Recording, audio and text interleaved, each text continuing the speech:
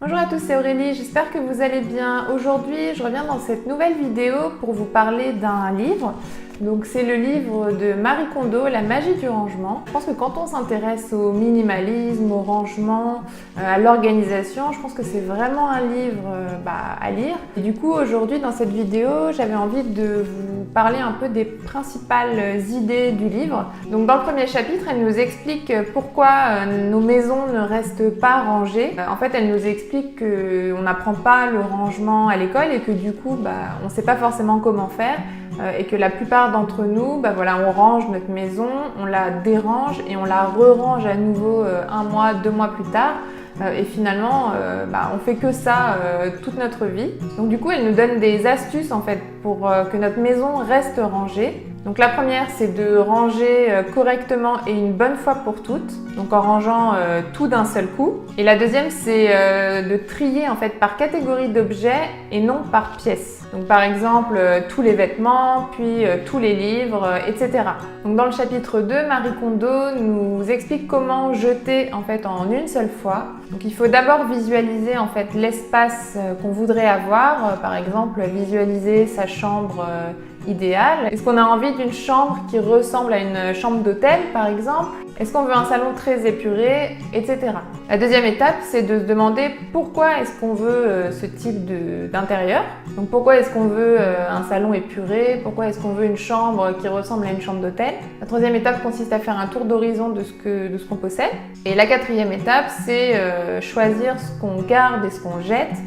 Donc là, Marie Kondo conseille de prendre chaque objet dans ses mains et de se demander si cet objet nous rend heureux, est-ce que ça nous met en joie. Donc dans le chapitre 3, Marie Kondo nous explique comment ranger par catégorie. Donc c'est un chapitre qui est consacré, on va dire essentiellement, en tout cas en majeure partie aux vêtements. Elle fait des sous-catégories de vêtements et elle nous explique notamment comment les plier en fait pour que ça prenne moins de place. Donc c'est ce que je vous montre tout de suite.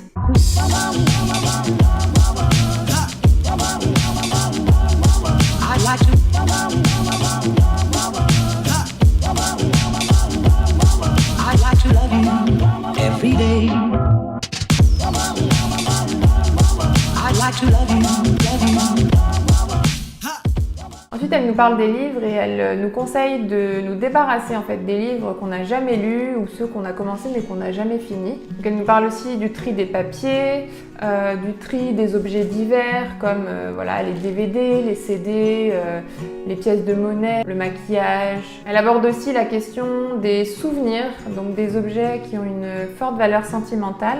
Donc c'est vrai que c'est souvent les objets dont on a le plus de mal à se séparer parce qu'on a peur qu'en se séparant de ces objets-là, les souvenirs associés disparaissent. Pour elle, c'est important de vivre dans l'instant présent et c'est inutile de se raccrocher à des souvenirs du passé. Donc Marie Kondo explique bien que cette sélection en fait, des objets qu'on garde ou qu'on jette est très personnelle. Donc voilà, c'est d'une personne à l'autre, ce sera très différent.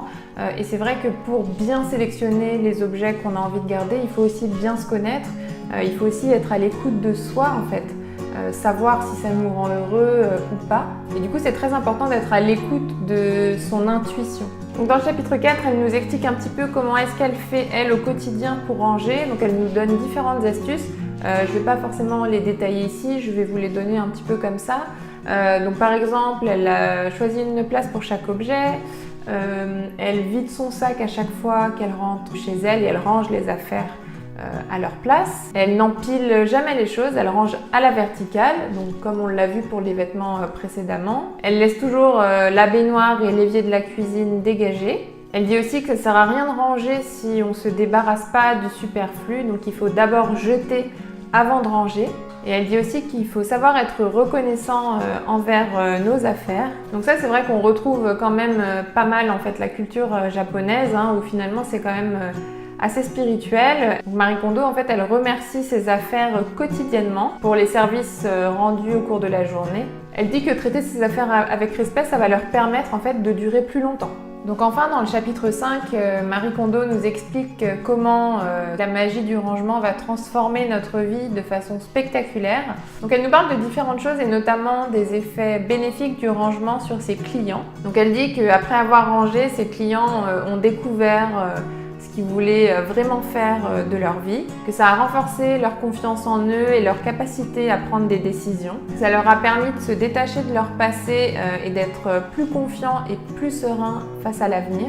Que ça leur a permis d'être mieux dans leur corps, de le désintoxiquer. Donc elle a remarqué par exemple que leur peau était plus douce, qu'ils avaient les idées plus claires aussi. En gros, elle a remarqué qu'ils étaient plus heureux après avoir rangé. Et enfin, elle nous dit que pour elle, la vraie vie commence après avoir fait du rangement dans sa maison, après avoir mis de l'ordre dans sa maison. Elle dit que ranger notre maison, ça nous aide à trouver notre mission de vie, à savoir ce qu'on veut vraiment faire dans la vie et à être du coup aligné en fait avec qui on est et donc à être plus heureux. Alors maintenant, ce que moi j'ai pensé du livre, donc j'ai trouvé que c'était très agréable à lire, assez facile.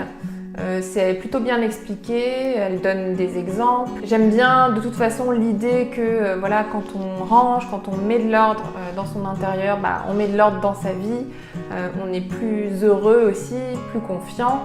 Ça, je la rejoins tout à fait sur ce point-là. J'aime aussi beaucoup sa méthode de pliage. Je trouve que c'est très pratique, même si moi je l'applique pas forcément à tous mes vêtements. Je trouve que c'est quand même très utile en fait pour gagner de la place et pour retrouver les vêtements très facilement. Après, ce qui m'a un petit peu moins accroché, voilà, c'est peut-être plus le côté parler à ses vêtements, leur dire merci, voilà. Ça, c'est pas quelque chose que je fais, mais voilà, c'est intéressant, je trouve, d'avoir un aperçu d'une autre façon de faire.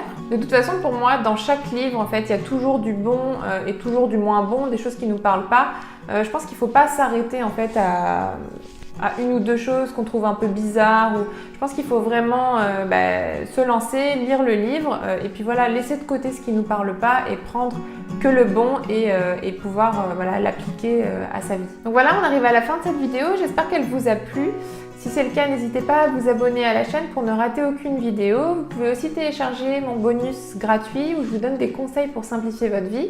Le lien sera sur l'écran et dans la description. Et moi, je vous dis à la semaine prochaine pour une prochaine vidéo. Salut!